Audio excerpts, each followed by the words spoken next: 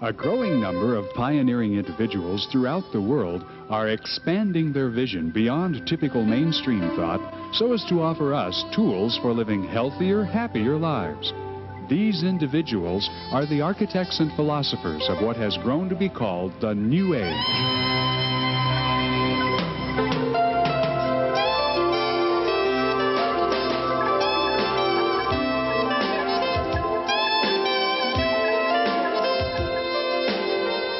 The Los Angeles Whole Life Expo, now in its 7th year, is the premier forum for some of the brightest thinkers on the planet, introducing ways of thinking and living to millions of people who have found new ways to enhance their own quality of life and to positively affect the world around them. The focus of the show is on health. Health in its broadest sense. Not just physical health, but mental, emotional, and spiritual health, as well as the health of the planet. We talked with the top lecturers in the areas of crystals, ecology, technology, health and nutrition, personal growth, and channeling.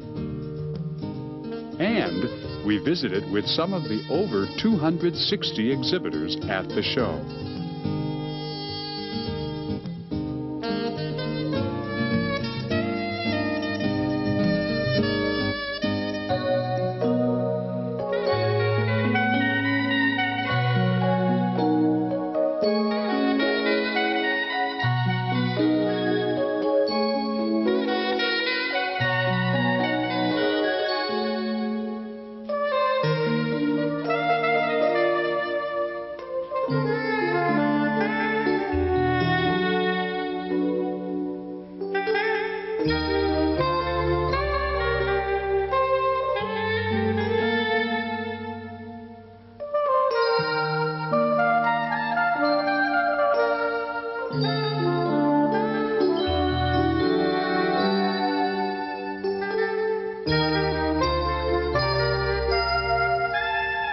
Crystals, from quartz to diamonds, fascinate man with their incredible beauty and durability.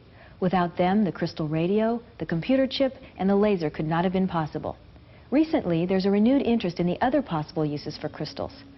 We talked with Dale Walker, author of the Crystal Book, about the use of crystals for their esoteric properties.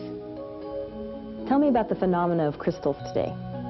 I think, quite frankly, that the interest in crystals is actually an awareness that's happening with people. I believe that literally people are waking up, that all of a sudden there's a need to know more about consciousness, a need to know more about how they fit within the universe in total. Certainly the range of people who come to my classes wanting to know about how to use these stones is every vocation. There's no way of charting or categorizing. They could be a lawyer, they could be a truck driver. Just all of a sudden, the stones grab their attention and they want to know more. Because your body is a system of crystals which operate on frequency harmonic inner systems that send signals back and forth. Even the cells send out little pulses of frequency. We've known this for a long time, but what hasn't been really thought out is what's the transfer system through the body. We believe it's crystals, because we do know that the whole body is filled with crystals. If you take the blood and you amplify it, you'll see crystals. If you take breath even and blow it on a slide and use an electron microscope to about 500,000 times its normal size, you'll see crystal shapes. The bone is total crystal. In fact, the whole body is filled with it, and we believe that those crystals cause transfer systems of energies to move throughout the body. What do you see for the future? Well, it's actually very interesting. It's unlimited as to possibilities. I'm looking right now at creating whole healing environments where people can go into it and immediately the room itself is designed with specific crystal energy grid fields that create an energy construct with special thoughts into it that create a very loving, very peaceful, very healing environment. They walk in the room, the body begins to react immediately in a healing manner. Tell us a little about your new book. It's very complete. It covers a wide range of healing, anything from physical to emotional healing, animals, working on animals, as techniques for doing healing at a distance, absent healing. And it creates whole methods and shows methods to create whole healing environments, which I think is so essential.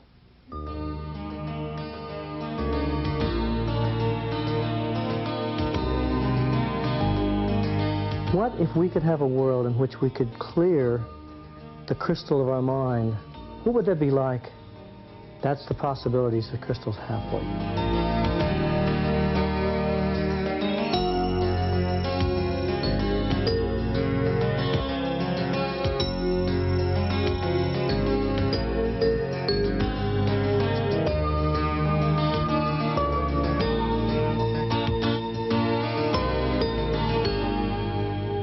Given us many wonderful tools, such as the crystals we've just seen.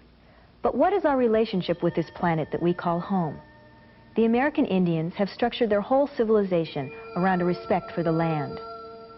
Sun Bear, one of today's most respected medicine men, shared his thoughts about man and earth changes. Why is there an increased interest today in Native American philosophy? Well, I think its increased interest is because as society has gone over to becoming more plastic and more mechanized and more other things, yet there's a hunger for more of the naturalness and finding that balance again. Is there a relationship between individual personal growth and earth changes? Yes. The way that I see that humanity is upon the earth to process, in other words, to grow into their fullest potential. And what is happening at the same time is what we call the earth cleansing, which is major changes like earthquakes and storms and things like that will be happening. And we're in a time now on the earth when we say when one area is too wet and another one is too dry, one place too hot and another one too cold. And this is part of major weather pattern changes. It'll continue till the year 2000. And this is happening at the same time. People are beginning to make conscious changes in their life and path and seeking out a better balance and harmony. How does the Indian way relate to the current New Age movement? Well, a lot of the things that the New Age people are turning to are very much part of the ancient native teachings and belief. That is, like now we're getting people that are consciously talking about environment and things like that. And Native people are very strongly into the environment and have always been, because they refer to the earth as the mother, not only of humankind but of all living creation. So there's parallels in it. And after all, who could be more organically living than Native people eating off the land, or who could be more involved with holistic health than people who had the knowledge of 150 different herbs that they used for ceremonial purposes and for healing, and the sweat lodge, which is a sacred method of cleansing and everything, are all very organic methods of healing. And what I try to teach people is to take their own power, and I say, and then when you find out, when you've searched over things and you look at the world and you look at things around you, you look at that whole gobbledygook that the society has become, and one day you have to look at it and you have to say, I don't believe it. And then when you're brave enough to have acknowledged that you don't believe that crap that's out there, then's the time when you're ready to really start growing and taking on your true spirituality. And what I teach people is to create their own belief system. That means sort out and find what's real. How does where we live affect our way of thinking? If you live in a city and you're locked in and everything, and you're locked away from nature, you begin to, your sight or view of things diminish. You get to where you can't see things as far in terms of things. And I try, part of the thing that I try and teach my people that come to me is how to learn to widen and expand their vision and to look out in a broader sense of things. Do you have some advice for those of us who have to live in the city? There are ways of taking power over your life, becoming a whole, balanced human being, and being able to connect with the earth as well, even if it's just hugging a tree in the park once in a while, to begin to start refeeding yourself with energy and power and coming back into balance and harmony.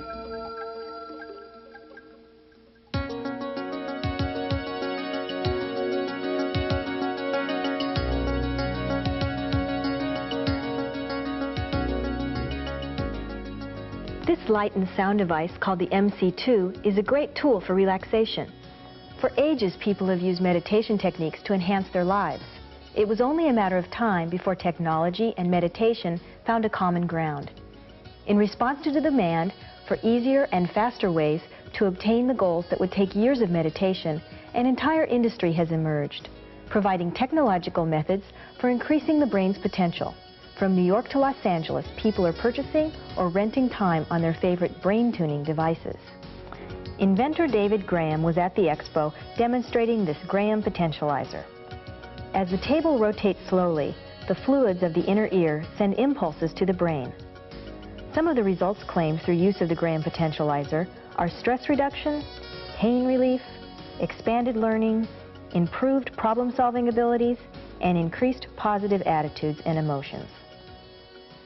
It's primarily used either as a stress management or as an enhanced learning. We can turn a C student into an A student with about 10 to 20 hours on. We even get major breakthroughs at learning disabled children. We can mainstream them. Working with Down syndrome autistic children, we're getting major breakthroughs there. The primary focus for normal people is quality of life, improvement in concentration, attention span, personal relationships, mental functioning, and creativity.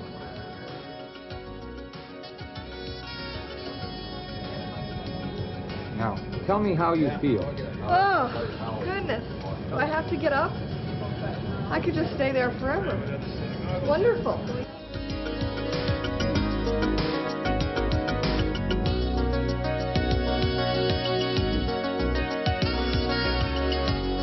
Using goggles with strobing lights and earphones with strobing sounds, the Synchro Energizer brings the analytical left brain into synchronization with the creative right brain. By using different strobing frequencies, you can change the state of your mind to anything from a deep meditative state to a creative dream state. To get some insight on how this new technology may play a part in our future, we tracked down Dr. Timothy Leary. As one of the founders of the New Thought movement, what do you feel about the New Age movement? Well, I think it's the most hopeful development on the planet. There are millions and millions of enlightened, reasonably illuminated, tolerantly intelligent people, and they're the great resource that's going to see us through the next 12 years of millennium madness. So the New Age movement is, I think, the great hope for a happier and a more intelligent world. In what ways are new technologies taking us towards higher personal growth?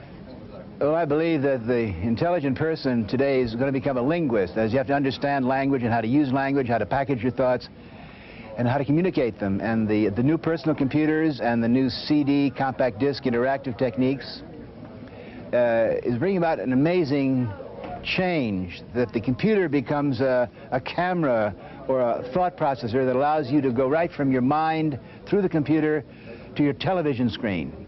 This is a power given to the individual which I think is going to be very liberating and going to raise the entire level of society. So I'm very optimistic, and I'm working very hard with my friends like Brumbear and Georgianne Dean, these artists and writers like William Burroughs. They're teams that's working together to produce these programs that hopefully will help us think more clearly and to get our ideas on the TV screen in competition with ABC, NBC, and KGB. Do you see a conflict between technology and the recent increases in spirituality? Well, I think they're one and the same thing. Technology without spirituality is Nazism or you know, Soviet control.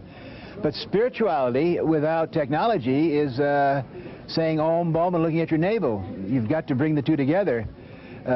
Spirituality must be able to express itself or herself clearly, and as I say, powerful thinking machines are a terror, a nightmare. George Orwell come true if it's not balanced by spirituality. And by spirituality, I mean a humility, a humble approach to the great energies, and a sense of humor about life, and a sense of tolerance, and in a sense the ability to take another position and to see other points of view. This is what spirituality. But what's more spiritual than having quantum electrical signals coming through the air, picking it up on your satellite disk, putting it on your screen, changing it, moving it around, expressing yourself through these powerful, invisible quantum impulses, which after all are the language of the universe. What you're doing on your computer screen is the language of off-on quantum mechanical clouds of meaning. What message would you give to our viewers? Think for yourself and question authority. That's the oldest message of democracy and human species. Think for yourself, question authority, and keep a smile on your face. Well, basically, I feel that visionary art is important because it allows people to expand their consciousnesses directly rather than through a lecture or meditation. This is something that people can actually see. These artists have had these visions, and they're putting it down directly, visually. They're putting it down on the oil. They're putting it down on canvas. And so it's a way that you can have a direct experience with these artists' thoughts. The artists are trying to express their feelings in a visual metaphor so that we can hopefully enjoy them and expand our own awareness of who we are in the universe.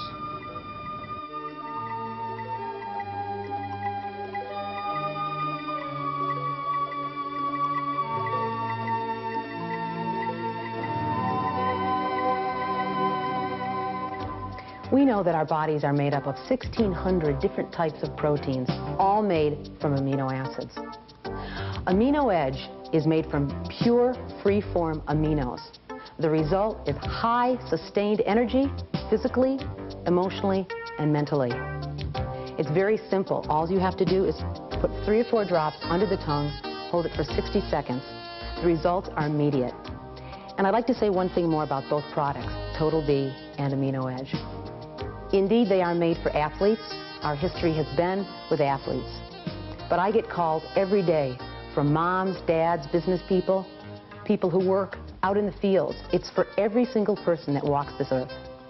Total B and Amino Edge has shown in my practice to be very helpful in those who are trying to achieve weight loss, because it benefits in metabolism, increasing metabolism, therefore burning of calories at a much faster degree. It's also very helpful in the brain function, allowing increased memory, also quicker thinking time, and that has shown with the athletes. We've seen increase in neurostimulation of the brain, allowing them to think quick, respond quick, and therefore have better thought processes occurring because of that. Either product contains no yeast, no wheat, no sugar, no alcohol, and absolutely no animal byproducts. Well, I have to tell you honestly, I really enjoy taking the vitamin B and the Amino Edge. I've been working the show for 2 days now, and I felt a little tired. You offered me some of the vitamins, and they're wonderful. No big pills to swallow. They've really rejuvenated my body, and I felt wonderful for about 4 to 5 hours. It was wonderful. Amino Edge and Total B are not just for athletes. They're for everyone. You can find them at your local health food store. Reiki is an ancient Tibetan system of healing and energy balancing, and it's a system that will work on a variety of levels. It works on the physical, mental, emotional, and spiritual areas to help bring about balance. When an individual receives a treatment, they will have had 4 head positions done, 5 positions on the front of the body, and 6 on the back of the body. And this will have balanced every gland, every organ, every chakra, and every energy meridian. So that regardless of what a person's philosophy is, whether it's Eastern or Western, it still is going to balance that part of the body. Joyce, how can Reiki be used in counseling? Well, there are different levels of Reiki. The hands-on is not always appropriate in a therapeutic situation, but at the second level, there are techniques that can be used for mental, emotional, and addictive problems. In fact, we now offer continuing education units for both nurses and alcoholism and drug counselors so that they can benefit themselves and their clients by learning to use the Reiki. And it's very effective. How does someone become a Reiki practitioner? Well, it's really very simple. We certainly advise that people come to a free workshop to begin with so that they understand what Reiki is and they can have treatments and really know what they're getting into. The actual training itself is 12 hours, and it usually goes from 7 to 11 on a Friday and 10 to 6 on a Saturday. And there's a lot of material that's covered, and it's also a very relaxing and enjoyable weekend. We asked a few people what the most exciting aspect of the expo was for them. I think my favorite part was listening to Kevin Ryerson, the trance channeler. There's just people here from all walks of life, and it's a lot of fun. There's a lot of interesting exhibits, lectures. It's great. Probably my favorite part is the natural food, because I like to eat, The workshops, lectures. Getting to meet a lot of different speakers that I wouldn't normally see, especially for the price. Well, I think for me are the new mega brain machines. Oh, I loved all the exhibits, and I think it's exciting. I think there's a lot to learn. You can educate yourself. I think it's great. It feels like a spiritual carnival. So far, it's been all the people and the vibrations here. This is where it's going on. You can feel it. Learning how to travel out of the body. If it's true that we are what we eat, I suggest you don't read the list of ingredients on some of these labels. Packaged and processed foods are becoming more and more artificial and unnatural. We ran into musician Michael Horn at the Natural Foods dining area, where he entertained us with his unique description of the American diet. Well, you just found out that all you've been eating is junk. It's junk, it's junk, it's junk. From the first corn dog to the last diet soda, you drunk, you drunk, you drunk, you drunk. Now the reason you're high on that chocolate cream pie is the sugar, you're feeling sunk. So you go to extremes, only brown rice and beans for a month. But when your attitude is gratitude, you get the best out of your food, just bless it. Don't mess it up with all of those taboos. Attitude of gratitude. Your body knows what it can use when your attitude is gratitude. Well, you're giving that up now, and all that you're eating are prunes, along with some algae that you consume by the spoon. You're grazing on sprouts saying raisins are out, too much sugar, and you're feeling sunk. So you go to extremes, only garlic and greens for a month. But when your attitude is gratitude, you get the best out of your food, just bless it. Don't mess it up with all of those taboos. Attitude of gratitude. Body knows what it can use when your attitude is gratitude. What you mean you don't like tofu? All the books say you're supposed to. Just what you need, another diet. Dip that book in lard and fry it. Attitude of gratitude. Your body knows what it can use. Bless it, don't mess it up with all of those taboos. When your attitude is gratitude, you get the best out of your food. When your attitude is gratitude. So pass the Twinkie. If this is your idea of a nutritious snack, then you need Harvey and Marilyn Diamond's workshop. They teach about the incredible human miracle machine and how to keep it at its peak level of performance. The Diamonds are authors of best-selling Fit for Life and have a new book out called Living Health. Your body wants to perform miracles for you every single day. And all it asks for you is the right fuel. That's all it wants. It will do the rest. Well, we don't think about that. We see something, we want it, that's it. It tastes good, looks good, it'll fit in the mouth, we can catch it, put it in. That's how we relate to food. I mean, sometimes the body could be going, hey, wait! What am I supposed to do with all this crap? I don't know. Handle it, I'm going to work. I did my thing, I got it down there for you. At the next meal you eat, I want you to do something for me, and I want you to do it for you. I want you to look at the food. Before you eat it, look at it. Don't just blindly, like a tape hit, have it in front of you and go, and then move on. I want you to look at the food, and I want you to register how much of that food is alive and how much of it isn't. That's all I'd like for you to do. Your body is 70% water.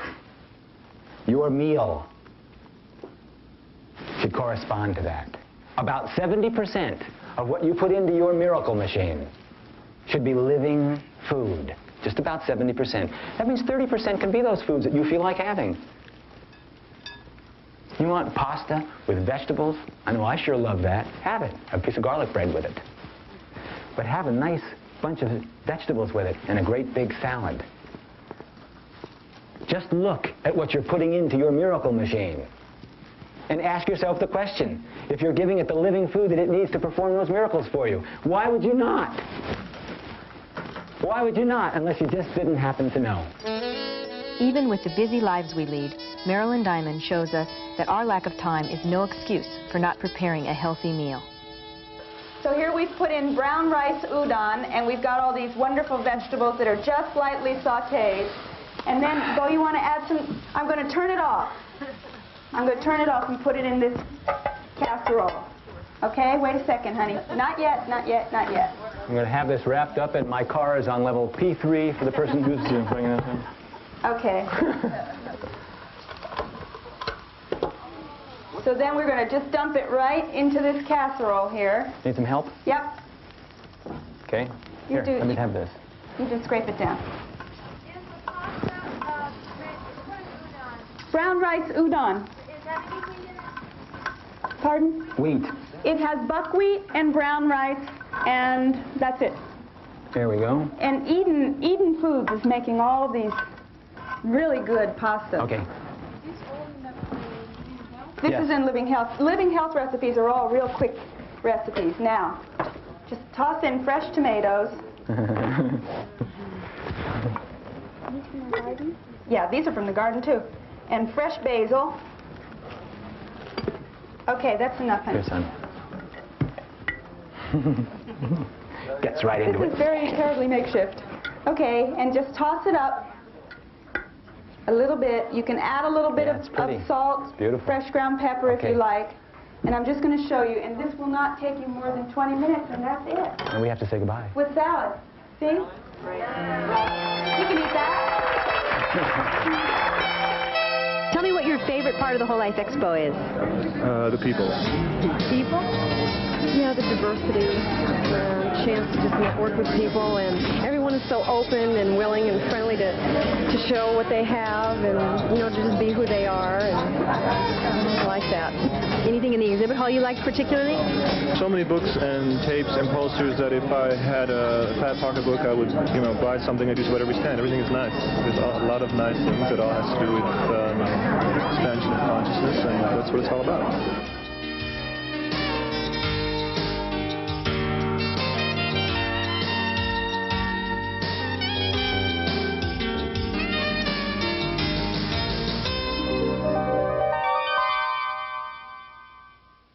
The focus of the Whole Life Expo is on health. Crystals, Mother Earth, technology, diet, these are all tools available to improve overall health. So far, everything we've looked at has been an outside influence on the individual's health. Another important area is personal growth. There are growing numbers of doctors and psychologists who are teaching us ways to have healthier, happier relationships. Dr. Barbara DeAngelis, radio and television personality and author of How to Make Love All the Time. Barbara, tell us why you feel there's been such an upsurgence in the personal growth movement with all of the books available, all the workshops out right now. What do you attribute to that? I think we're trying to come back to balance. I started getting involved in personal growth when I was 18. I'm 36 now. I know I don't look it. And what I noticed was when I was 18, I was into health foods and all kinds of things, and no one I knew was. I was from Philadelphia at the time. And if you went to a doctor when you were, I guess, in the 60s and said, "Doctor, I don't feel good. Could it be my diet?" They would have said, "Don't be ridiculous. Food has nothing to do with your health." And they really believed this. If you said, "I'm getting old, I have arthritis, my hearing's not good, could it be food?" They said, "That's just old age. You have to accept it." There's been an incredible revolution in the health field where now the things that we thought were normal health, we're realizing are illness. And our whole perspective on health has changed so that now we have much higher expectations of what is healthy than we did 20 years ago. I think that the same kind of evolution is going to have to happen, and is happening, with not just our outer world, but our inner world. And I firmly believe, just from the work I've been doing, and I think what I'm really committed to doing, is helping people redefine what's emotionally healthy and not. Because I think what most people think of as healthy emotionally is illness. Being in a marriage where there's no passion, where you don't like each other, but you're together anyway. That's not what's supposed to happen after 20 years of marriage. That's what happens when you neglect it, when you don't take care of it, when you do all kinds of mistakes that I talk about in the book. Same thing with having relationships, never finding the right person. This comes because we don't know how to look for the right person, because we don't know how to make love work. All right, I want to find out who's out there, first of all. How many of you are single right now? You're not in a relationship.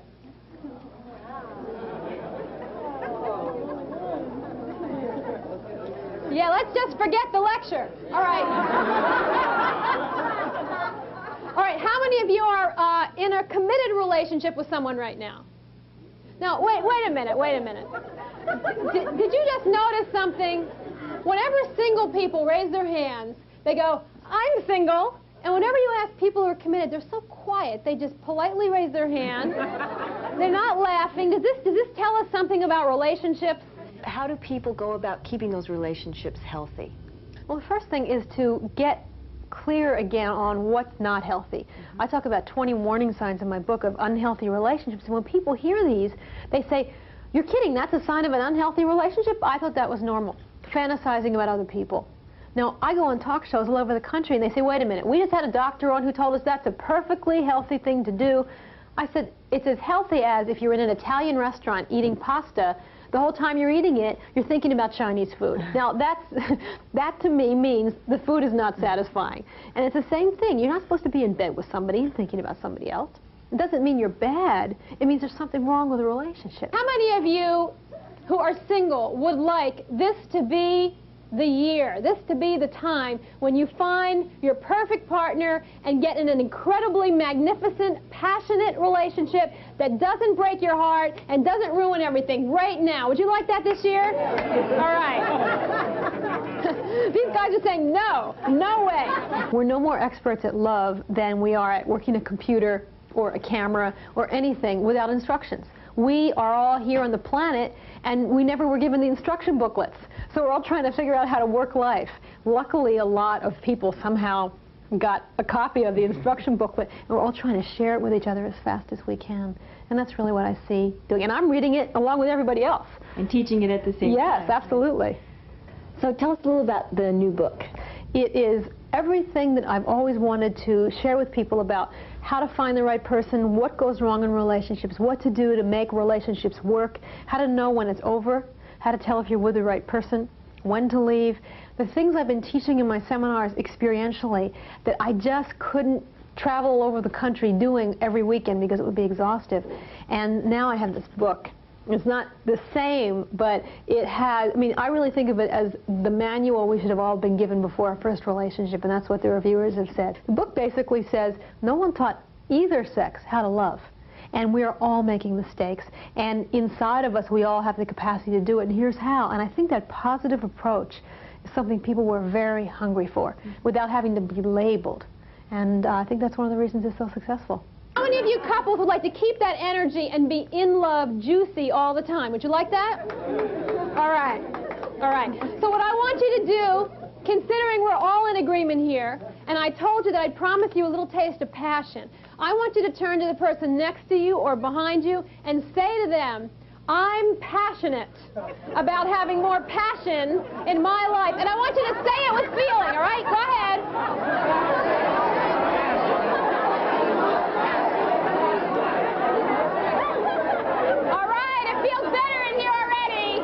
My highest thought that I always talk about in my lectures is if the fate of the planet was on your shoulders and God was going to watch your life for a day and based on the quality of your personality and your consciousness decide if the world was going to continue to exist or get rid of it because it wasn't any good, what would happen?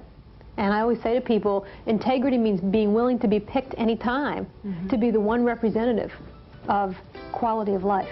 I think if we all thought about that, rather than thinking maybe one day someone else will change things or the government will get smart, but if we lived as if it was totally up to us, that would wake people up more than a lot of seminars and a lot of books, and we'd be really living peace at home first, and then peace on the planet.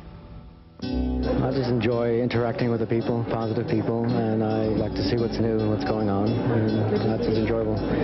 Well, just basically all the booths and what people have to present, and I just like being here. It's nice. Being hooked up to all those machines and having people, you know, put things on you and crystals and talk to you and do that because it's just fun. So it's fun, yeah. I figure I can meet more of the people that I'd like to meet while I was here than anywhere else in town today, so that's why I'm here mostly, although I did attend one of the workshops last night. Information about the world as it is now and all the things that are starting to happen. Like the ozone layer, AIDS, things that are so important and so relevant, and yet so many people are asleep. I just bought these soles that go inside your shoes, and they're filled with water, and they've changed my entire life. They really have. I'm not kidding. The workshops are great. The lectures, it sort of tells you all about yourself, all about life. I think it's great. People watching this sort of thing is great here. Entirely surrounded by the beautiful Cascade Mountains with Mount Shasta in full view, Upper Klamath Lake represents one of the most pristine, nutrient-rich natural resources in the world. Celltech, founded in 1982, harvests super blue-green algae. It grows wild in this glacier-fed Oregon lake, making it unique among all other algae products. I was first introduced to this product in June of '87, and the first thing I noticed was a substantial change of attitude. I was finding it easier to stay in a positive frame of mind and had much more mental clarity. And I was noticing a newfound patience and energy to deal with my work. I guess the bottom line for me was that this unique food really seemed to make a difference. In April of 1987, I began taking super blue-green algae. Shortly thereafter, I started working with children in Western Massachusetts. My hours began at 7 a.m. and lasted until 9 p.m. Throughout the summer, I continued to take the super blue-green, and my energy level remained at a high-quality level. Super blue-green algae is a balanced, nutrient-rich whole food. It's the highest natural source in the world of vegetable protein, chlorophyll, B12, and beta-carotene. Super blue-green is a superb whole food source of the whole spectrum of trace minerals, an astonishing 23%. It's freeze-dried, not heat processed, to protect the beneficial enzymes and heat-sensitive vitamins. Super blue-green algae is 95% assimilated. The way the system is now and the way our environment is, it's also depleted everything, food sources and everything else. Anything that's going to, especially of natural origin, which is hard to find these days it seems, is going to, be good. Please find out for yourself the many benefits of taking super blue-green algae. I'm here with Barbara Ellick, president of New Beginning. Tell us a little about the company. The company is a salon of personal care that I started quite a few years ago, about 17 years ago. I'd been working in the field with medical doctors for about 34 years and decided that they needed to have a good salon where a person could come in and have a beauty makeover for the whole day, and that's basically how it started. I am a cosmetic chemist. I make products for over-the-counter, and I also make prescription products for doctors. We opened up in 1977 in Mexico, in Guadalajara, on Lake Chapala.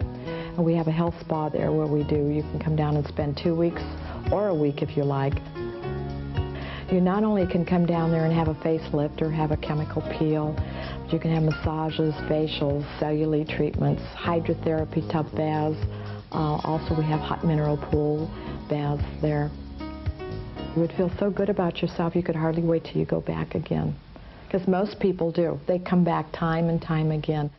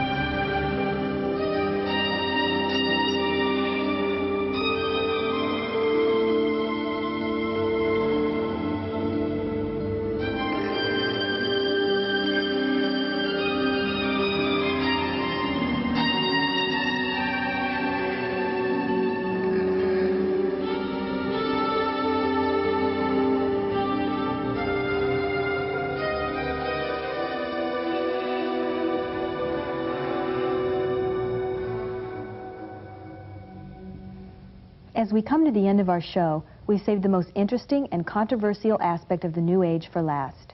With the airing of Shirley MacLaine's Out on a Limb, channeling was propelled into the public eye. Channeling almost defies definition, but we did ask some well-known channels to give us a little help. Sean, why do you feel that channeling has gained such popularity? People are asking bigger questions these days. They want to know more than how can I get the next big house or the next nice car. They're ready for a deeper sense of value in their life, a deeper sense of self-value. And the channeling phenomena is sort of reflecting that. People are growing more, asking more questions, and the answers are coming from more sources now, interdimensionally. I think the biggest value of channeling is for people who already have a sense, a realization that they are the creators. There's a slight danger that people could get addicted to the channeling process because these non-physical personalities or entities that come through are very smart. It sometimes looks like they're smarter than the humans that they're talking to. The value is to be able to use them as an example of your own brilliance, of your own intelligence, of your own love, because they're very, very loving. Many people seem to think that channeling is about giving your power away to, oh, let's go hear this being that seems to be special or something. And there are those that will want to give that power away to some kind of a being. But if you want to look up to somebody, you'll find that no matter where you look. But basically, the consciousnesses that are coming through to channel through, most of them really do not want any of that kind of attention, any of that kind of guru worship. Tell me something about these entities that are being channeled. No, I channel an energy that calls itself Torah. Torah is an interdimensional consciousness. And that means that he exists on many other dimensions, and I basically tune into him like a radio tuning into a radio wave. We're starting to accept the idea that maybe there are life forms that are other than on Earth, and maybe eventually we can accept the idea that there are life forms that don't have bodies either. And he's one of those. He refers to himself as a consciousness, an intelligence, a spark of love, a spark of light without form. And that's probably the best description of what he is. Who he is just this incredible loving energy that seems to be here to not save us and not do for us, but to befriend us and help us do for ourselves. And that's probably the simplest way to put what and who is Lazarus. From my personal experience, my personal point of view, I can't even make a claim that they're an entity per se. Some guy out in outer space hanging out in a spaceship, you know. I cannot make that claim. I don't know what Ekton is. That's why I call him a non-physical personality. The higher self is a very important source to look at, that many people are finding it very easy and natural to access their higher self or their higher conscious mind and allow that source to connect through or relay through or channel through in some way or another. There are also extraterrestrial consciousnesses, discarnate consciousnesses, those of what are sometimes called the higher realms, that are coming so much at this time to assist us in learning how to love ourselves, how to take responsibility back for our own lives. When you're in the process of channeling, what's happening for you? I go into an altered state by just relaxing my mind, much like a meditative state. I allow myself to focus on my energy field expanding so that this wavelength that is Torah can blend with my energy field and then reflect that blending through a communication that comes out as words from me. And that's how it happens. It's very easy, it's very comfortable. I feel very loved, very supported in the experience. I'm semi-conscious. I'm somewhat aware on the side. I experience it like a dream state. I can see pictures. Sometimes I can hear the words. I can choose to listen if I want to. And I can choose to just kind of relax and enjoy myself there on the side. I have a technique that actually he told Penny back 13 years ago that I should use, and I still use the same one. It's nothing mysterious. I don't know if it would work for everybody, you know, but it seems to work for me, and that is I climb down a ladder. I just close my eyes and start visualizing myself climbing down a ladder, and when I get to the bottom rung, I sort of spiral backwards. I kind of just dive backwards, and then each circle gets bigger and bigger, a little slower and slower, and eventually I just kind of drift off, and the next thing I know, I open my eyes, and it could be 5 minutes or 5 hours later, and I know something must have happened because I always feel good afterwards. So that's how I do it. And yeah, I've done it now for as many as 10 or 12 times a day, or once a day at least, for 13 years now. So. One day a friend was leading me through a meditation, and I sensed an energy in the room. And to make a long story short, the energy was very loving, very benevolent, and I got a sense that it wanted to drop in to my body. That's just what I sensed. And I wasn't unfamiliar with channeling at the time, but it was a little, oh, really? Is this really happening? Is this really going on? So I let it. I let this energy drop into my body, and my voice changed, and it said, my name is Ekton, and it told Michael, the person who was leading the meditation for me, some things about him, some very personal things that I had no clue about. So that was when it first started, and it was like Ekton came in a whirlwind and improved his validity immediately. And that was about going on 6 years ago. If there's one thing the New Age is about, it's about opening yourself to new experiences. With this in mind, we'd like to present these channeled sessions, which took place at the Expo. All right, well, we'll say greetings then to you. Greetings indeed, dear one. And we are most grateful to have the opportunity to answer your questions and to make a few comments about this wonderful thing called growth. For indeed, this is catching on like wildfire, growing through self-love, growing through taking responsibility for what you are creating in your life. And so this phenomenon called metaphysics is becoming more and more very obvious and visible to more and more people, as more and more people want to create their lives exactly as they wish them to be, create them with fullness, abundance, wonderful relationships, loving relationships, honesty and integrity. And it is a joy indeed to be able to share some of this wonderful discussion with you today. Those who are willing to step into their own love, into their own truth, into their own beauty, into their own responsibility, will survive and live in ways that you can't even imagine. Those who absolutely refuse to accept responsibility for their creation and continue to blame others for the problems in their life will experience the continued problems and will experience death, whether it's psychological death or physical death.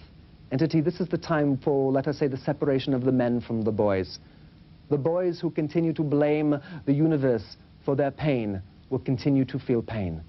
The men and the women that begin to own responsibility will live in the grandest of heaven, in the grandest of love, in the grandest of light. Self-love is part of what we call the valued self, which you were looking at, that deals with self-worth, self-esteem, and various other components. The most important of them is, of course, self-love. And we'll put it this way quite clearly and quite succinctly. If you loved yourself entirely, totally, 100%, absolutely without question loved yourself, you would need know nothing more. You would never have to go to school, you'd never have to learn reading, writing, arithmetic, you would never have to take any classes, you'd never have to do any of these sorts of things. It would all come to you automatically. Because if you loved yourself absolutely 100%, you would know how to speak when speaking was important. You'd know how to cipher when ciphering was valuable. You'd know how to read and understand and do business. And every business decision would be a wonderfully successful one if you loved yourself totally. Indeed, interactions and relationships with people would be absolutely perfect, would be indeed idyllic if you loved yourself totally and completely. And people say, oh no, I love myself totally and completely and my life doesn't work that way. And we would say, oh no, you don't love yourself totally and completely yet. And we would suggest here that if you did, everything would be perfect in your life. Everything would work out absolutely incredibly well with harm to none. You can never love yourself too much. Now, we do not mean self-centeredness, selfishness, negative self-indulgence that keeps you from your growth, but the kind of self-love that flows in and out like a circle, where because you love yourself enough, you feel wonderfully free to give your love. The more you are able to receive love, the easier it is to give love. Self-esteem is an incredibly important function in your life. Everybody seeks it, regardless of whether you know you're seeking it or not. Everybody seeks it. There isn't anyone alive who isn't looking for that self-esteem. Now, there's two places to look. You can look inside yourself, or you can look outside yourself. Now, there are certain sources of internal self-esteem: honesty, integrity, which we would suggest is spontaneous responsibility. Responsibility and trust are the major ones. If you, at the end of the day, will sit down and look and say, how honest have I been today? How much responsibility did I take for the reality I created today? And how spontaneous was I with that responsibility? What was my integrity? And did I trust myself today? Honestly, did I trust myself? To the extent that I can answer yes to those questions, or to the extent that I have internal self-esteem, that I have the self-esteem that I've given myself and no one can take away from me. With every breath that you take, you're creating a brand new movie right now, right here. It looks as if we're moving one moment after another, after another, after another, but you create it fresh in every millisecond of your existence, and you don't even know how to do it. Or you don't even know how your brain or your mind or your being does it. But entity, the proof is in the what we call the pudding, you know? Look around you. It's yours. It's not some God out there with thunderbolts in his hand that has created your world for you. You might have that belief, but the bottom line is you are the God that you seek. You are the God that creates all of the experience that you explore or that you have. If you are a God that pretends not to be one, you are a God that pretends not to be a God. And so you play your scenarios out on your planet, and you learn how to do it. And as you're learning how to love and how to create, you are also having a real good time. And so we would also say that. Have a good time when you grow. Let growth be fun. It is indeed to have these discoveries. You see, it's so much fun to hear individuals say, and their ahas. Oh yes, aha, aha, aha. The whole energy of the body changes, yes? So we would say, have your ahas and have a good one, yes. First, we want to let people know that you have choices in your growth, that you can grow by other means than the pain and the suffering and the sorrow that you have been for thousands of years taught is the only way home, that the spiritual path is a lonely one, that the spiritual path is one of sufferance and one of endurance and one of difficulty. And we're here to tell you, if you want that path, you're welcome to it. There's lots of room upon it, certainly so. But we would suggest here that you can grow in other means. You can grow through the joy and through the love and through the wonders of what the world is. And though that path is much more crowded, we would suggest there's plenty of room for you as well. Secondly, we want to let people know the truth about recreating your own reality, that you do create your own reality without the asterisks, without the fine print, without the parenthetics that so many, even in this field of metaphysics, want so quickly and so abundantly to add. You create your own reality except for this set of rules or that set of exceptions, or except when I say so. No, we would suggest not at all. You create your own reality, period, and you can create whatever reality you desire, as full of love and abundance and joy as you want, or without those things, if indeed that is your preference, but it is your choice. And thirdly and fourthly, we are here to remind people, and perhaps to show people for the first time, that there truly is a divinity, there truly is a God, as we call it, God, Goddess, all that is. There is a force of energy, far more than any of your religions perhaps know. A force of energy of love, a force of energy of light that is out there, that indeed does care about you, that does, as we say, know your name. And finally, we're here to tell people, to teach humanity and to show you that you do love good enough. Maybe not perfectly, maybe not ideally, but you love good enough. And in that sense, as you start recognizing and valuing your love and the love that there is for you in a world that you create, then you can perhaps choose the higher path of growing through the joy and the love and the wonder that the world holds, rather than choosing the lower path of pain. And that's why we're here, in as concise a way as we can say it. The truth of the message that we are attempting to communicate to you these days, the truth that you are your Christ, you are your Buddha, you are your God, you are your love. All right, well indeed, we very much have enjoyed talking with you this afternoon, sharing these ideas and sharing some of our thoughts. Hopefully you can take them and they can work for you. Hopefully you can let them in and they can make some sense for you. And with that, in that sense, we very much have enjoyed talking with you, and we shall close. And to you we do offer love. We do offer love and peace. We hope that this show has expanded your vision of the New Age movement, and we'd like to take this opportunity to invite you to attend the next Los Angeles Whole Life Expo. And also, look for future editions of Expanding Visions, the Los Angeles Whole Life Expo video magazine. I'm Terri Lynn Curry.